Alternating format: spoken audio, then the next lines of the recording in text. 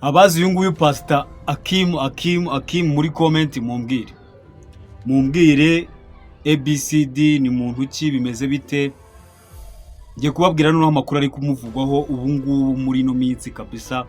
Ni inkuru iri kuvugwa cyangwa se iri kuvugwa ku bitangazamakuru bitandukanye cyane cyane kuri murandasi kuri internet.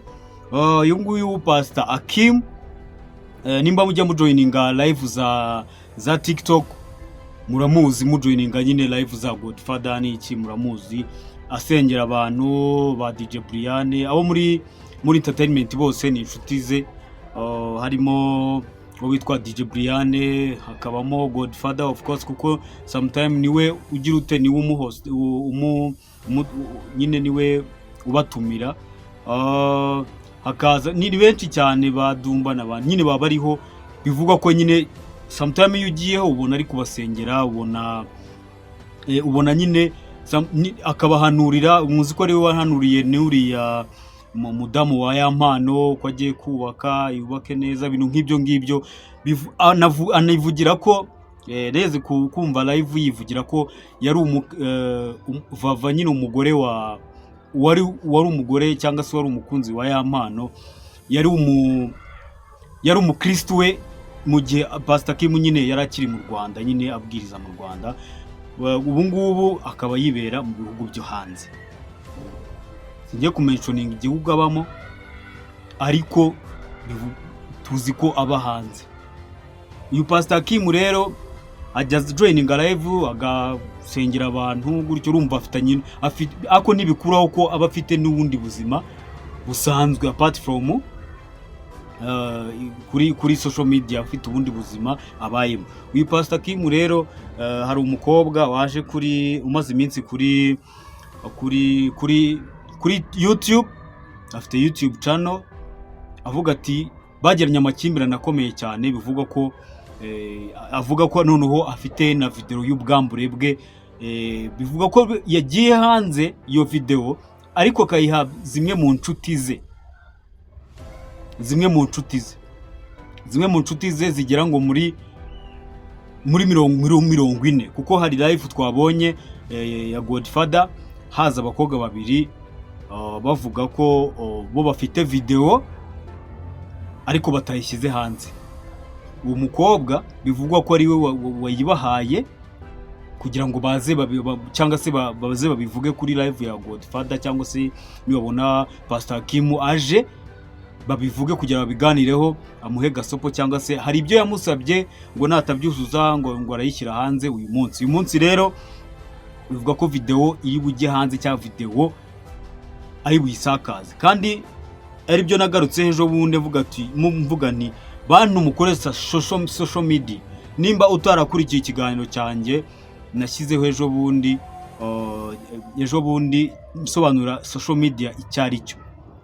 Hari ubuzima tugira hano kuri social media, ariko hari n'ubuzima tugira mu gikari, cyangwa se inshuti zisanzwe tuganira nazo, dukora ama video call, tuhamagarana video call. Ariko uyu nguyu Pastor Akim bivuga ko yahamagaranye n'uwo mukobwa, cyangwa se bakoze ibyo bakora mu cyumba, cyangwa se ahantu hari ibintu biri secret.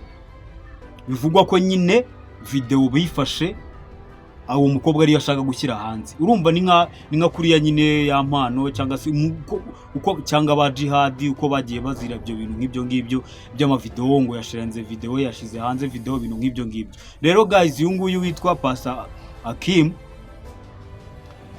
iyi video rero ikimara kugera mu maboko y'abo ba sister cyangwa se abo b'inshuti ze, baje bakora live,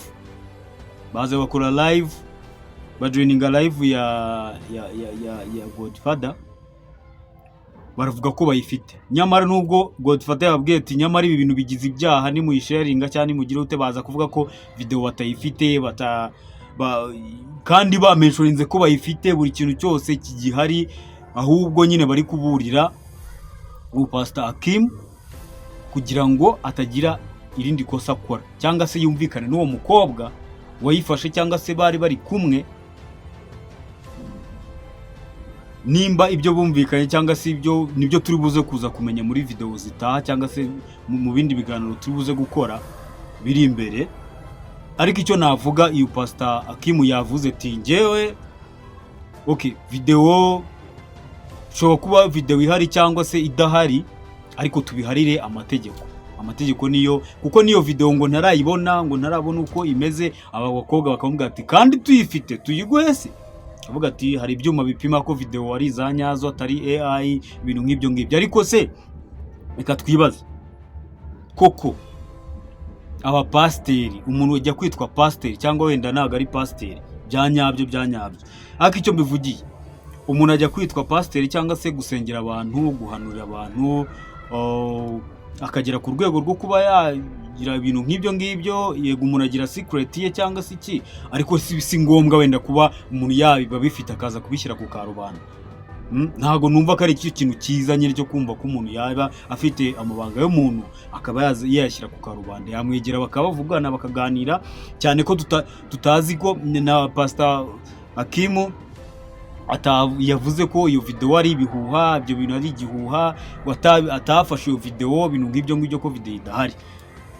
Akongera akavuga ati niyibeshya agashyira hanze ibintu by'ibinyoma cyangwa se ibintu we yavuze ko ari igihuha, ubundi yabanje gukuraho urujijo avuga ko ari igihuha. Akongera nagama akantu akavuga ati akore nk'umuntu mukuru,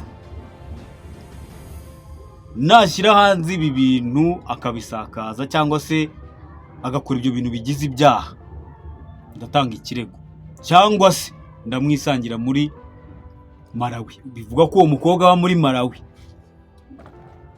ngiye kuvuga bivugwa ko aba Malawi, niko banabyivugiye ko ngo yamusanga Malawi, bikamera nabi cyane kabisa. Urumva rero Pastor Hakim nawe ndi kujya kuvuga nkongera kuvuga Pastor Hakim. Pastor Hakim rero urumva ko yamuhaye gasopo nawe ati njyewe ibyo bintu niriramuka bigiye hanze cyangwa se iki, we abo bavuga ko wenda iyo video ishobora kuba ihari cyangwa se idahari, ariko se akore nk'umuntu mukuru nawe atekereze kabiri. Ariko ikibabaje nuko yarangije kugira ute kuyihereza abo bakobwa b'inshuti ze cyangwa se abo bantu bagenzi be b'inshuti ze, bagenzi be nyine, uyu mukobwa nyine avuga ko yayibahaye ngo bayirebe bagende bamuhe gasopo cyangwa se bagira ibiki n'ibinadakora ABCD. Yavuze ko video iri bujye hanze saa 7 z'uyu munsi nyine mu Rwanda, ariko turacyategereje ngo turebe n'ubu ngubu ngo turebe ko bayisakaza hose. Ariko ikiza nuko batayisakaza cyangwa se yaguma aho ngaho.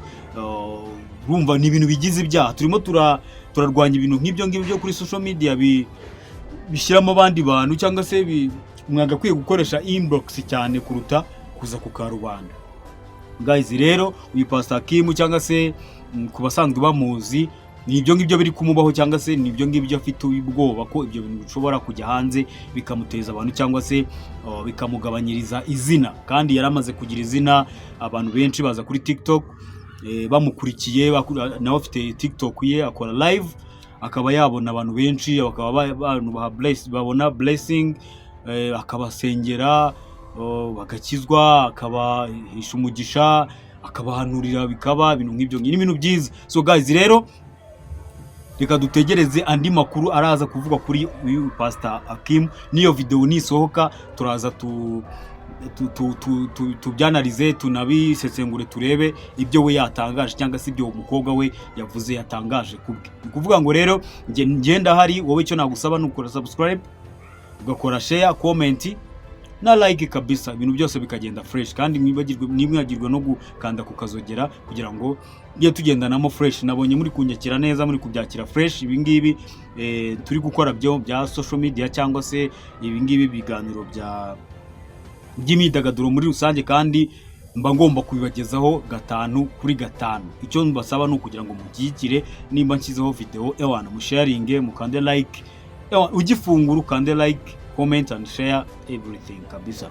Nimuzikajye mubura gushyiraho na comment, kuko murumva nk'ibi ngibi mba mvuze byo kuri uyu mupasiteri biri kumubaho cyangwa se biri kumuvugwaho, muba mugomba kuvuga ati Pastor Kim ABCD ndamuzi gutya, mbega umuzi gutya, mugashyiraho comment zanyu ziba zikenewe kugira ngo tujye tunaziheraho tunagira version yindi ikurikira. Numva ngo rero tujye kuri ku nkuru ya kabiri. Inkuru ya kabiri mwabonye ko Yago yashyize ikiganiro hanze ari gusuka amarira pe, ari gusuka amarira, umuntu w'umugabo agasuka amarira ni ibintu bikomeye cyane. Rero avuga ko Brian n'abandi bako mentioning, sinshaka kugaruka ku mazina yabo yandi abo yamentioninze ngo bashaka kumugira nabi. DJ Brian rero yaje aravuga, arabivuguruza, aravuga ati njyewe ibyo bavuga ibyo ni ibihuha, n'uwo muntu yawavuze kuko hari umuntu twumvisha amajwi ye ibintu nk'ibyo ngibyo avuga ko DJ Brian ariyo bamutumiye muri hoteli, araza DJ Brian amuha amafaranga 30 ngo batangira akazi, ngo niba gasoza bazamuha 500. Rero DJ Brian yavuga ati njyewe koko ubu najya kwicisha umuntu cyangwa se kugira ute nkaba namuha 30 byonyine. Urumva ako kantu nyine abanazemo ntago kaba ari karibori keza, nubwo wabakavuze ngo ntago najya kwicisha umuntu ngo mbe natanga 30 cyangwa se naba amafaranga nyine. Ako kantu ntago kaba gakwiye nyine mu biganiro, ntago kaba gakwiye nyine kuba wakavuga. Guys, rero DJ Brian yaza avuga ati hoteli twagiyemo hariho CCTV, bazarebe nyine bazireba zigenzure bari uko bimeze. Ariko kandi kantu Yago yashyizemo, yavuze ati DJ Brian ari gushaka gutorokera muri Canada, ngo yagerayo ngo akakorera amavideo, ngo akavuga ibintu nk'ibyo bitandukanye byo kuba yasebye igihugu. Ndi gukotinga amagambo Yago yavuze mu kiganiro cye, mujye mubyumva. Ntago dushaka hano kuzagwa mu mutego cyangwa se kuzagwa muri ibyo bibazo byabo, kuko hano nta bintu by'amatiku bihaba, ahubwo no kuza gusesengura tukareba uruhande rumwe bimeze gute, biri kuvuga gute, urundi ruhande biri kuvuga gute, tukabihuriza hamwe, noneho tugakora conclusion y'uko ibintu byagakwiye kuba byagenda, cyangwa se nimba ari ugukomeza ibintu bitagako. Njyewe ndi hano kugira ngo nzajye mbagezaho update zigezweho muri showbiz cyangwa se mu biri kuvugwa mu mihanda cyangwa se muri showbiz nyarwanda. Nukuvuga ngo rero DJ Brian yaje avuga ati njye ibyo bintu ndabihakanye, ntago ibyo bintu njyewe ntago arabeshya, ibyo ni bihuha, no gushaka gutwika, no gushaka kugaruka, no gushaka gukora comeback, ibintu nk'ibyo ngibyo. Guys, rero nuvuga ngo uwo mutangabuhamya rero wagaragaye washinje DJ Brian nawe nta bimenyetso wenda yagaragaje, ngo uvuge ati wenda ibi ni ibyanyabyo, wenda usibye ko ibimenyetso wenda bitagakwiye kuza hano kuri social media, ahubwo umutangabuhamya wenda yaragaragaye, ariko ibimenyetso byagakwiye kuba byajya muri RIB. Wenda ntago yazago ngo abisakaze hano, wenda icyo kintu cyo kuvuga ngo umutangabuhamya ngo yakira ibimenyetso hano, wenda ibyo bimenyetso bizajye muri RIB cyangwa se kandi bivuga ko bamaze kugezaho yo ikirego nk'ibyo ngibyo. Kandi uyu mutangabuhamya rero nawe umujama yaje akora ikiganiro, aravuga ati kwanza ngiye nari nishinganishije kuba ngiye narakoze ibi ngibi, narabishyize hanze, narishinganishije ikizambaho cyose hari abantu bazakibazwa. Guys, rero murumva ko bigeretse hagati ya DJ Brian na bagenzi be bandi ntashatse kongera kumentioninga na Yago. Urumva ko ari mbiri kabisa. Urumva update buri kintu cyose kizakiza tuzajya tugihuza n'amakuru dusanzwe dufite, cyangwa se ko ibintu bijye kugenda bivugwa, ubundi tuze tubijoin, dono tubyegeranye, tuze dukoremo ikiganiro cyiza, tuganire namwe nkuko mba ndi kubagezaho nyine idonido cyangwa se utundi bintu biri kugenda bivugwa. Nuvuga ngo mba nagiye mfata hirya no hino nkareba utuntu turi kugenda tuvuga ku ba nyiri ubwite ibyo bari kugenda bivugira, n'amakuru y'aba comments zigiye zitandukanye, n'abantu bazi izo nkuru cyangwa se bazi neza ibyo bintu, bose nkagenda amavugisha bakambwira uko bimeze, bakambwira none tukabyanaliza tukareba ikiri kujya mbere. Uyu Philipita rero nawe nawe ari mu babaye mentioned muri iyi case cyangwa se muri ibi Yago yatangaje. ni ukuvuga ngo yahakanye nawe aravuga ati njyewe ibyo bintu rwose ubundi amategeko niyo asobanura ibintu cyangwa se niyo ahamagaza umuntu, niyo yemeza ibintu ko ari ibyanyabyo cyangwa se ko umuntu yaba yarakoze ibyo bintu. Amategeko arahari, reka tuyagane, bazayagane ubundi turebe ikibivemo, nta bindi bintu nabivugaho rwose. Yago nyine akora ibyo yumva yifuza, ibintu nk'ibyo ngibyo. So guys, rero ni ukuvuga ngo ibiri muri social media cyangwa se biri good trending hano biri kugenda bivugwa nuko aba bose hari abagiye bavuga ngo bishyuwe, hari abagenda bavuga, njye ntuzanyumva muri ibyo bintu byo kuvuga ngo umuntu yishyuwe cyangwa se umuntu ngo nishyuwe, ibintu nk'ibyo ngibyo. Never and never. Mwege mujye muza twiganirire, mumbwire muri comment, kandi narababwiye nti ushobora kuba ufite ubuhamya runaka cyangwa se ufite amakuru ufite kuri ibi bintu, nimero nizo mubona kuri screen zanyu aho ngaho nyine tu ushobora kuzimamagaraho cyangwa se ukanyandikira kuri WhatsApp. Impamvu nanditseho WhatsApp nuko abenshi nyine baba byoroshye kuba bakoresha WhatsApp. Rero guys, ushobora kuba ufite icyuzi kuri izi nkuru cyangwa se inkuru runaka, uvuga ati Jovi reka ngiye nkuranguza inkuru cyangwa se uko mbizi ABCD, izo nizo nimero ndahari kugira ngo nyine mbyakire tu, ndahari kugira ngo nkwakire. Ushobora kuba twakorana exclusive interview hano kuri telefone, nkaba nahisha n'isura yawe cyangwa se nijwi nkarihindura kugira batakumenya, ariko ukaba uri butanga ubuhamya bwa nyabwo cyangwa se ikintu cyanyacyo.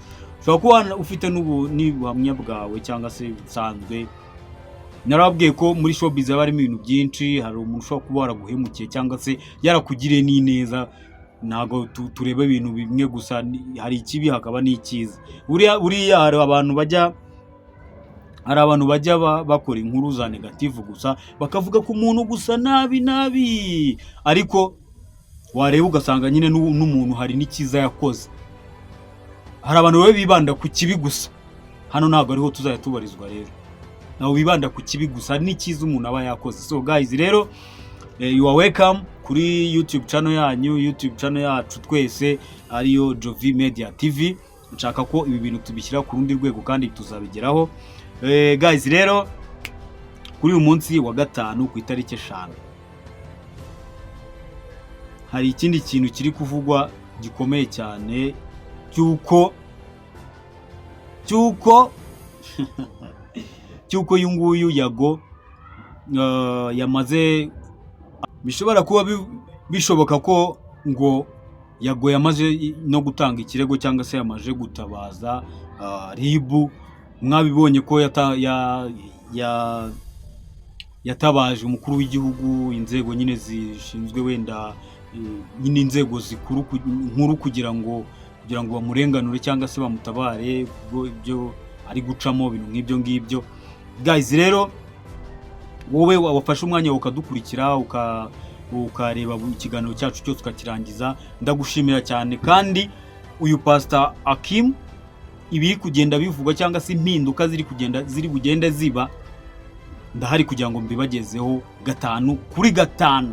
Ngiye gushaka verisiyo cyangwa se ibyo uyu mukobwa uyu wo muri Malawi wa sharinze iyo video ku bashuti be, ntabwo yagiye on public cyangwa se kuri yego ni public y'umuntu windi, yo ikintu kivuye muri store kikagenda ukajya wundi muntu cyangwa se kikajya ahandi hantu, urumva tayari kiba cyagiye public. Ariko urumva video iracyari muri abo bashuti nyine, ntabwo irasakara cyangwa se ngo ujye mu magroup ya WhatsApp. Buriya ikintu cyagiye mu magroup ya WhatsApp kiba cyagiye cyangwa se kiba cyagiye ku karubanda biri official.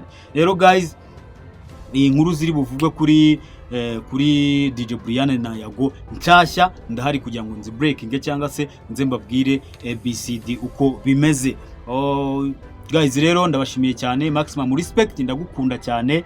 Wowe wakoze subscribe, nawe utarakora subscribe, ndagira kuri subscribe kugira ngo tugiye tubagezaho inkuru 5 kuri 5. Nima kizeho video witubona notification. Kandi ndabashimira, ndabakunda cyane kuntu muri kunyereka urukundo.